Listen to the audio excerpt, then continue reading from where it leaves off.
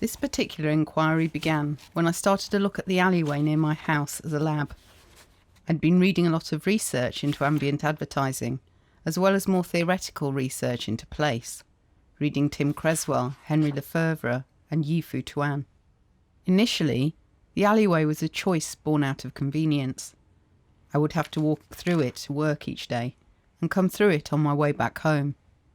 I had memories of walking through it with my kids, going to the gym, coming back from nights out. So, without making life intentionally difficult for myself, I could look at the rhythms and textures and context of place and consider how it applied to my research. To set this in context, I'm researching how people perceive, experience and pay attention to ambient advertising out in the everyday world. When I was working as an advertising practitioner, place was an inherent part of the idea. For example, my creative partner and I worked on a pitch for the Milk Marketing Board to target milk to teens, and we started by thinking about the places that teenagers would hang out. We had ideas that used the back seats of cinemas and luminescent ideas on the bottom of swings in parks, places where teenagers go at night. This alleyway is the site of my research and where I place my ambient adverts as visual interventions or probes. People can encounter ambient advertising as they walk around the built environment going about their daily business. It's part of the urban environment through which people's lives are woven to others, to place, to context. Phenomenologist David Seaman, building on Merleau-Ponty's concepts, depicts people subsumed in the world like a fish is joined with water, living a life of everyday movement in space, be it walking across a plaza or walking down an alleyway. For both Seaman and Merleau-Ponty, people were always travelling through their environment. An everyday ordinary place through which people journey was always going to be an essential component for my research. And this arbitrary and convenient first choice became the ongoing lab.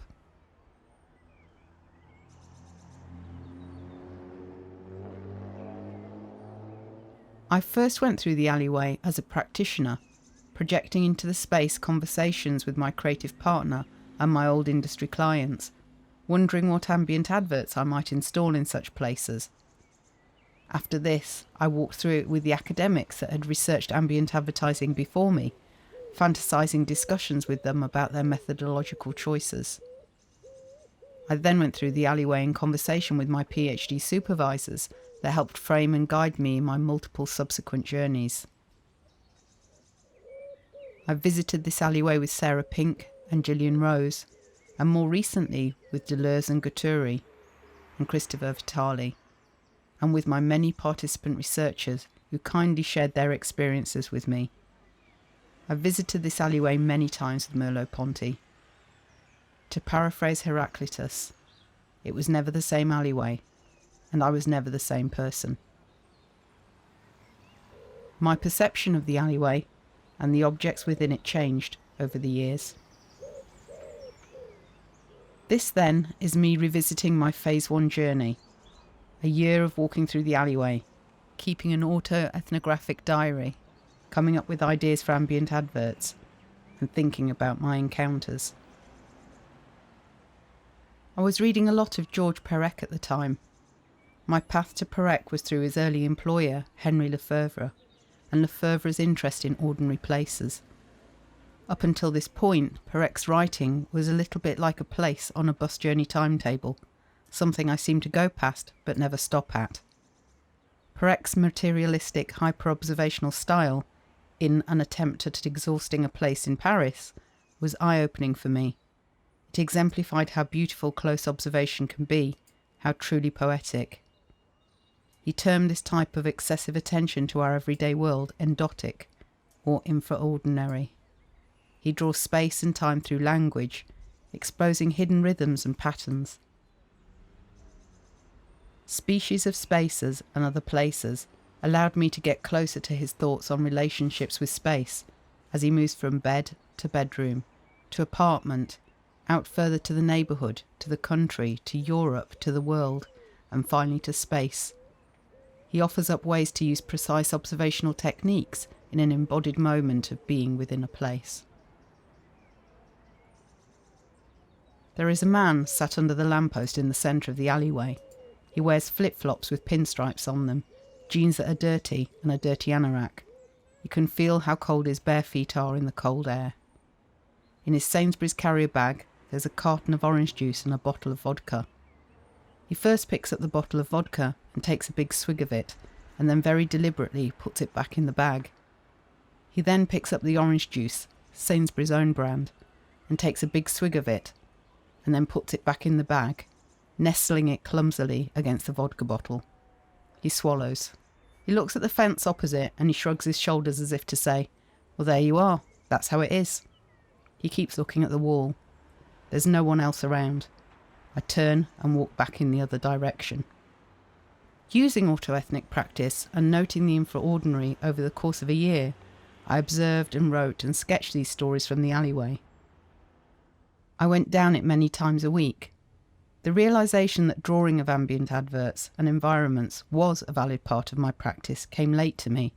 As Brian Masuma wrote, "To draw is an act of creation." I'd never thought of myself as an artist that considers line and form and texture. I'd always used drawing really functionally to quickly convey ideas, but I found that I captured my encounters in the alleyway in stories and drawings, and over time I turned these stories into typographic play with space, 2 of which were published in Story Cities. My shoes make no sound on the manhole cover under which water races. 3 bright yellow dandelions stand to attention along the wall. A mother in jogging bottoms, followed by 2 little girls with hair in bunches, round the corner. The youngest stops and points to a single abandoned trainer lying on gravel behind a fence. "Why is that there?" she asks. Her mother ignores her and carries on walking with the eldest. "It has a name written inside it. I can see it." A man with a dog passes me, the lead held tight towards his body. Getting no response, the child runs after her mum. Directly ahead, a procession of ants carry the corpse of a long-dead fly. "But why is it there?" I walk on into the dip in the tarmac that on rainy days makes the perfect puddle. This journey through the alleyway that I've travelled with you today doesn't really follow my research question. They're more like one of the smaller alleyways or doors off the main path.